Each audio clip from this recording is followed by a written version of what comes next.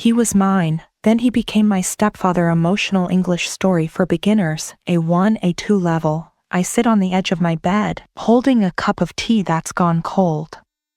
The steam is gone, just like the warmth I used to feel when I thought of her, Lila, my best friend. The room is quiet, except for the soft hum of the streetlights outside my window. It's late, and the world feels heavy, like it's pressing down on my chest. I close my eyes and try to remember the good days, the ones where Lila and I laughed until our sides hurt. But those memories sting now, sharp and bitter, because of what she did. Because of him. Because of Tom. Lila and I met when we were kids, just 7 years old. I was shy, always hiding behind my mom's legs when we went to the park.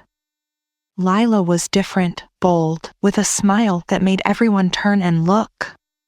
She ran up to me one day, her pigtails bouncing, and asked if I wanted to play on the swings. I didn't know what to say, so I just nodded. That was the start. From that day, we were together all the time. We shared secrets, dreams, and even the cookies my mom baked. Lila was my safe place, the one person who made me feel like I wasn't alone. We grew up in a small town, the kind where everyone knows your name and your business. Our days were simple. We'd ride our bikes down the dirt roads, the wind pulling at our hair. We'd sit by the creek, throwing stones into the water, talking about what we'd do when we were older. Lila wanted to be a singer. She'd belt out songs, her voice loud and fearless, while I clapped and told her she'd be famous one day. I didn't have big dreams like her. I just wanted a quiet life, a little house, a family, someone to love me. Lila always said I was too soft, too gentle for this world. "You've got a heart like a feather, Anna," she'd say, laughing. I'd blush and shrug, because I thought she meant it as a good thing. High school came, and we stayed close, even when other girls tried to pull us apart. They'd whisper about Lila, saying she was too loud, too wild. I didn't care. To me, she was perfect. We'd spend hours in my bedroom, painting our nails, talking about boys. That's when Tom came into the picture. He moved to our town when we were 16. He was quiet, with dark hair that fell into his eyes and a smile that made my heart skip. I saw him first in math class, sitting at the back, doodling in his notebook. I didn't tell Lila I liked him. I kept it to myself, a small secret I held close, like a treasure. But Lila noticed him too. She always noticed everything. "That new boy's cute," she said one day, nudging me as we walked home from school. My stomach twisted, but I just smiled and said, "Yeah, he's okay." I didn't want to share Tom, not even with her. Maybe that was my first mistake, keeping quiet. Lila had a way of taking what she wanted, not because she was cruel, but because she didn't know how to stop. Her light was so bright, it pulled everyone in, and I was just me. Tom and I started talking a few months later.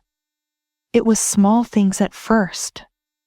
He'd ask me for a pencil in class, or we'd laugh about something the teacher said.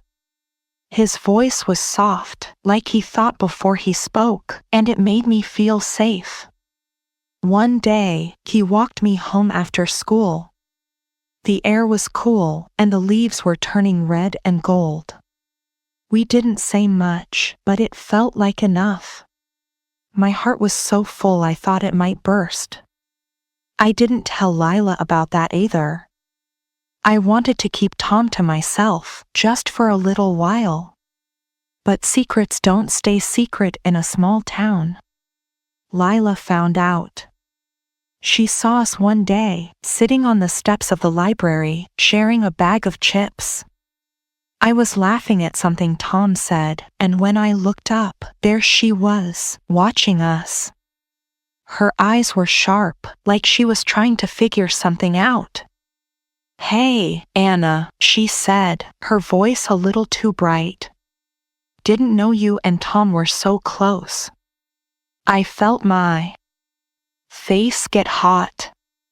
Tom just smiled and offered her some chips.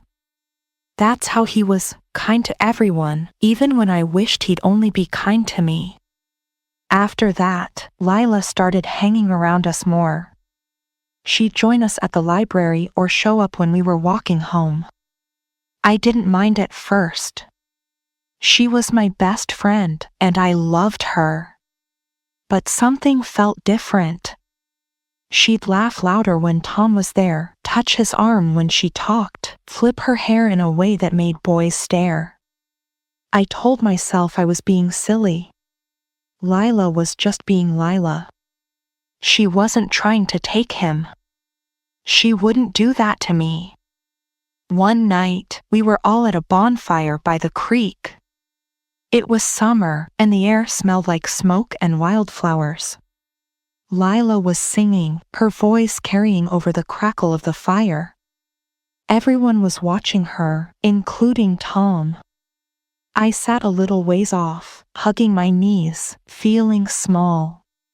When she finished, Tom clapped and said, "You're amazing, Lila." My heart sank. I wanted him to look at me like that, to see me the way he saw her. But I didn't say anything. I just sipped my soda and stared into the fire, pretending it didn't hurt. The next day, Lila came to my house. We sat on my porch, swinging on the old bench my dad built. She was quiet for once, which wasn't like her. "Anna," she said finally, "do you like Tom?" My heart stopped. I wanted to lie, but Lila always knew when I wasn't telling the truth. "Yeah," I said softly, looking at my hands. "I do." She nodded, like she'd already known. "He's nice," she said. "Really nice." There was something in her voice, something I didn't understand then. I thought she was just being supportive, like a best friend should be.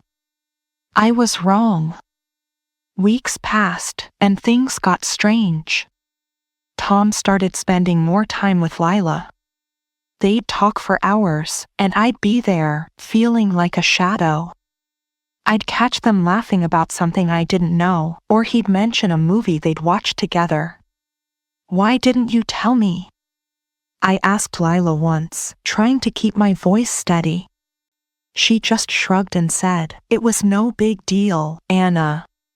You were busy." But I wasn't busy. I was waiting for Tom to notice me again, to remember the way we used to talk. One afternoon, I saw them by the creek. I was on my way to the store, my bike wobbling on the dirt path. They didn't see me. Lila was sitting close to Tom, her hand on his knee. He was smiling, that soft smile I thought was mine. My chest felt tight, like I couldn't breathe. I turned my bike around and rode home, tears burning my eyes. I didn't tell anyone what I saw. I didn't even tell Lila. I just went to my room and lay on my bed, staring at the ceiling, trying to make sense of it. That night, I called Lila. I needed to know. "Are you and Tom together?" I asked, my voice shaking. There was a long pause, so long I thought she'd hung up. "Anna," she said finally, "I didn't mean for it to happen." My heart broke right then, like glass shattering inside me. She didn't mean for it to happen, but it did. She was my best friend, the one person I trusted more than anyone, and she took him. She took Tom. Days turned into weeks, and I felt like I was fading. I missed Lila, even after what she did. I missed her laugh, her wild ideas, the way she made me feel braver. I missed Tom too, his quiet voice, his gentle smile. But mostly, I missed myself, the girl who believed in friendship, in love, in trust. I didn't know where she'd gone. One morning, I woke up and looked out my window. The sky was gray, heavy with rain that hadn't fallen yet. I thought about Lila and Tom, about the hole they'd left in my life. And for the first time, I wondered if maybe I could fill that hole myself. Maybe I didn't need them to be whole. Maybe I was enough. I got out of bed and made myself a cup of tea. I sat by the window, watching the world wake up, and I let myself feel everything, the hurt, the anger, the sadness. But I also felt something new, something small but real. It was hope, whispering that I could start again, that I could find my way back to myself. The rain finally came that morning, soft at first, then harder, tapping against my window like it wanted to be let in. I sat there for hours, my tea cold again, watching the drops slide down the glass. Each one felt like a piece of me, slipping away, but also like something new, washing the hurt clean. I didn't know how to move forward, not really, but I knew I couldn't stay stuck in that pain forever. Lila and Tom were together now, and I had to find a way to live with that. I had to find a way to live with myself. The days after that were quiet, almost too quiet. I went to school, did my homework, helped my mom with dinner. But it all felt like I was moving through fog. People noticed I wasn't the same. My mom would look at me across the table, her eyes soft and worried, and ask, "Anna, are you okay?" I'd nod and say, "I'm fine," because I didn't know how to explain the ache inside me. It wasn't just about Tom, or even Lila. It was about losing the person I thought I was, the one who believed things would always stay good. I started taking long walks after school, just to get out of my head. The town felt different now, like it belonged to someone else. I'd pass the creek where Lila and I used to sit, and my heart would twist. I'd see the library steps where Tom and I shared chips, and I'd have to look away. But I kept walking, one foot in front of the other, because stopping felt like giving up. I'd end up at the old oak tree at the edge of town, its branches wide and strong. I'd sit under it, leaning against the rough bark, and just breathe. Something about that tree made me feel steady, like it had seen worse hurts than mine and was still standing. One day, I was sitting there when I heard footsteps. I looked up, and it was Mrs. Carter, the librarian. She was old, with gray hair tied in a loose bun, but her eyes were kind, like she could see right through you. "Mind if I sit, Anna?" she asked. I shrugged, surprised she knew my name. She settled beside me, her hands folded in her lap. "You've been coming out here a lot," she said. "It's a good spot for thinking." I didn't know what to say, so I just nodded. She didn't push. We sat there, quiet, watching the leaves sway in the breeze. After a while, she said, "Life's funny, isn't it? People you love can break your heart, but they also show you how strong you are." I looked at her, my throat tight. I didn't ask how she knew, but her words stayed with me, like a seed planted in soft soil. I started going to the library more after that. It was a place where I could be alone but not feel lonely. Mrs. Carter would smile when I came in, sometimes slide a book across the counter without saying much. One was about a girl who lost everything but found herself in the end. I read it slowly, underlining sentences that felt like they were written for me. "You don't need someone else to make you whole," one line said. I read it over and over, letting it sink in. I wasn't there yet, but I wanted to believe it. School was harder.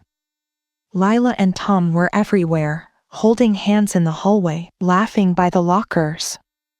I tried not to look, but it was like my eyes were drawn to them. Lila's smile was as bright as ever, but it didn't warm me anymore. Tom would catch my eye sometimes, and I'd see something like guilt in his face, but he never said anything. I didn't want him to. What could he say? That he was sorry? That he didn't mean to hurt me? It wouldn't change anything.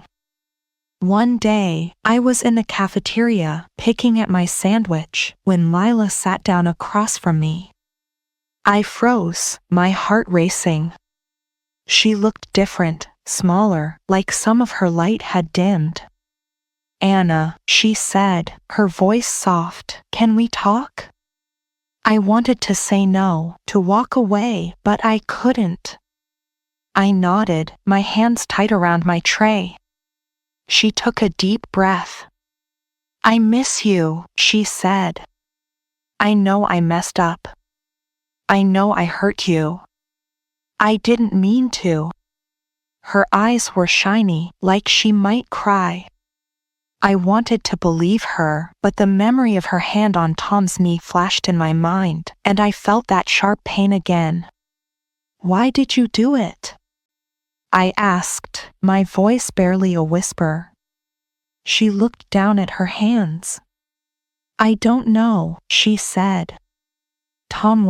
He was nice, and I liked how he looked at me.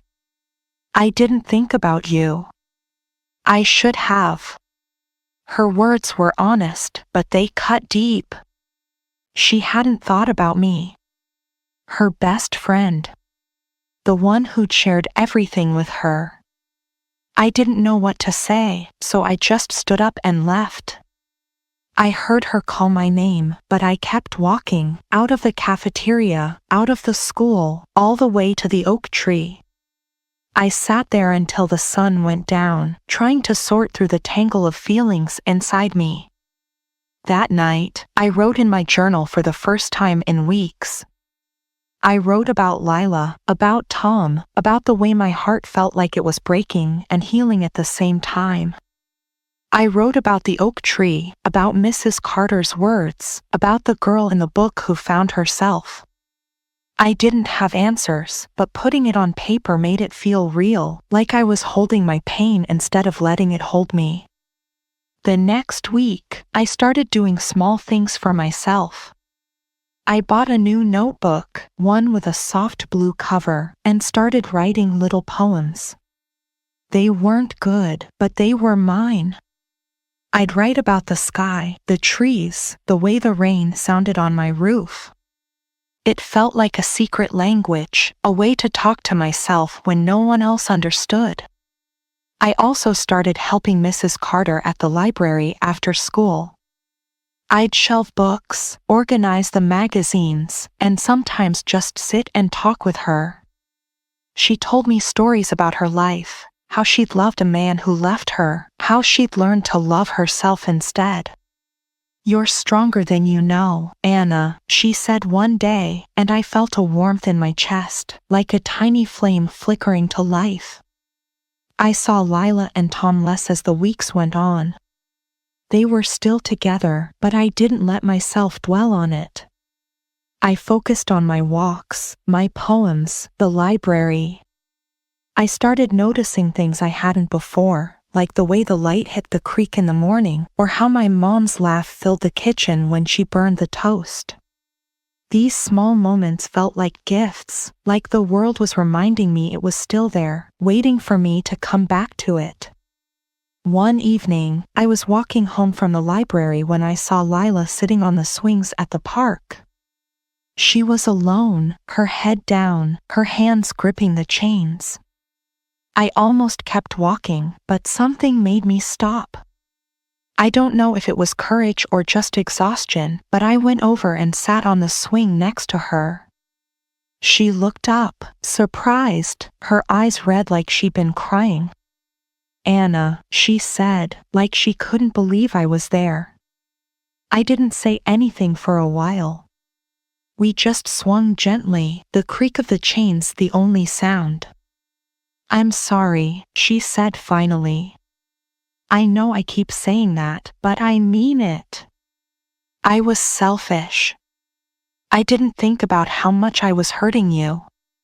I looked at her, really looked at her, and saw the girl I'd loved since we were 7. She wasn't perfect. Neither was I. But she was still Lila, and I missed her, even after everything. I know, I said, my voice soft. I miss you too. It wasn't forgiveness, not yet, but it was a start. We sat there until it got dark, not saying much, just being together. It felt like the first real breath I'd taken in months. When I got home, I sat by my window again, the rain gone now, the stars bright in the sky. I thought about Lila, about Tom, about the girl I was becoming. I wasn't whole yet, but I was getting there, piece by piece. I picked up my notebook and wrote a new poem about swings and stars and the slow, quiet work of healing. It wasn't perfect, but it was enough for now. The stars stayed bright that night, like they were watching me, waiting to see what I'd do next.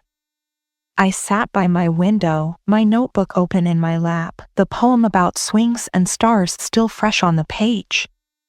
My heart felt lighter after seeing Lila at the park, not because everything was fixed, but because I'd taken a step. It wasn't forgiveness, not fully, but it was a crack in the wall I'd built around myself. I closed the notebook and went to bed, the sound of crickets outside my window lulling me to sleep. For the first time in months, I didn't dream of Tom or Lila. I dreamed of the oak tree, its branches reaching up to the sky, strong and steady. The next morning, I woke up with a quiet resolve. I didn't want to carry the hurt anymore, not like a weight dragging me down. I wanted to understand it, to learn from it, to let it make me stronger. I got dressed, made my tea, and walked to school with a new kind of energy.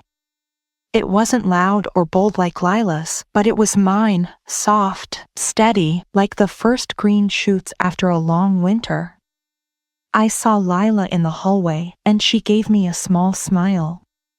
I smiled back, just a little, and kept walking. It felt like enough for now. School went by in a blur, but I noticed things I hadn't before. The way the sunlight spilled through the classroom windows, the sound of my classmates laughing, the smell of chalk and old books. These small things grounded me, reminded me that life was still moving, even if I'd felt stuck. After school, I went to the library again. Mrs. Carter was there, sorting books, her glasses slipping down her nose. "You're glowing today, Anna," she said, her voice warm. I blushed and shrugged, but her words stayed with me. Glowing. Maybe I was. I started writing more, not just poems but little stories about my days. I wrote about the oak tree, the library, the way my mom hummed when she cooked. I wrote about the hurt, too, about Lila and Tom, about the betrayal that still stung when I thought about it. But writing it down made it less heavy, like I was letting it go, one word at a time. I showed one of my poems to Mrs. Carter, nervous that she'd think it was silly. She read it slowly, her eyes soft, and then said, "You've got a gift, Anna. You see the world in a way most people don't." I didn't know if she was right, but her words made me feel seen, like I mattered. One afternoon, I was shelving books when Tom came into the library. I froze, my heart racing. He hadn't been here since everything happened, and seeing him now, standing by the counter with his hands in his pockets, made my chest tight. He looked at me, his eyes hesitant, like he wasn't sure he should be there. "Hey, Anna," he said softly. I nodded, my hands gripping the book I was holding. "Can we talk?" he asked. I wanted to say no, to walk away, but something in his voice, something sad and quiet, made me stay. We sat at a table in the corner, away from the other people. He looked down at his hands, then up at me. "I messed up," he said. "I didn't mean to hurt you. I didn't know how you felt." His words were careful, like he was afraid of breaking something. I wanted to be angry, to tell him he should have known, but I was tired of anger. It hadn't fixed anything. "Why, Lila?" I asked, my voice barely above a whisper. He sighed, running a hand through his hair. "She was easy to be around. She made everything feel big and exciting. But I see now that I hurt you, and I'm sorry." I looked at him, really looked at him, and saw the boy I'd fallen for, the one with the quiet voice and gentle smile. But I also saw that he wasn't mine, maybe never had been. And that was okay. "Thank you for saying that," I said, my voice steady.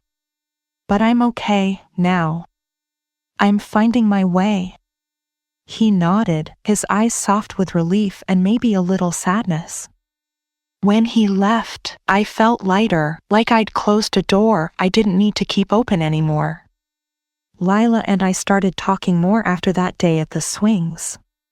Not like before, not yet, but small steps. We'd sit together at lunch sometimes, or walk part of the way home. She didn't talk about Tom much, and I was grateful for that. One day, we ended up at the creek, sitting on the same rocks we used to when we were kids. The water was clear, sparkling in the sunlight, and for a moment, it felt like nothing had changed. "I'm trying to be better," Lila said, her voice quiet. "I know I hurt you, and I hate that I did." I looked at her, saw the sincerity in her eyes, and felt my heart soften. "I know," I said. "I'm trying too." We didn't fix everything that day, but we started rebuilding, piece by piece. I learned that forgiveness wasn't about forgetting what happened, it was about choosing to let go of the pain. Lila was still Lila, bold and bright, but she was learning too, learning to think about others, to be careful with the hearts around her. And I was learning to be stronger, to trust myself, to know that I didn't need someone else to make me whole. The months passed, and I kept writing, kept walking, kept finding small joys in my days. I joined the school's poetry club, nervous at first but excited to share my words. The other kids were kind, and one girl, Sarah, became a friend. She was quiet like me, with a laugh that made me feel warm. We'd sit together after club, reading each other's poems, talking about life. She didn't know Lila or Tom, and that was nice. It was a clean slate, a chance to be Anna without the past hanging over me. One spring day, I was at the oak tree, my notebook in my lap, when I saw Lila and Tom walking together in the distance.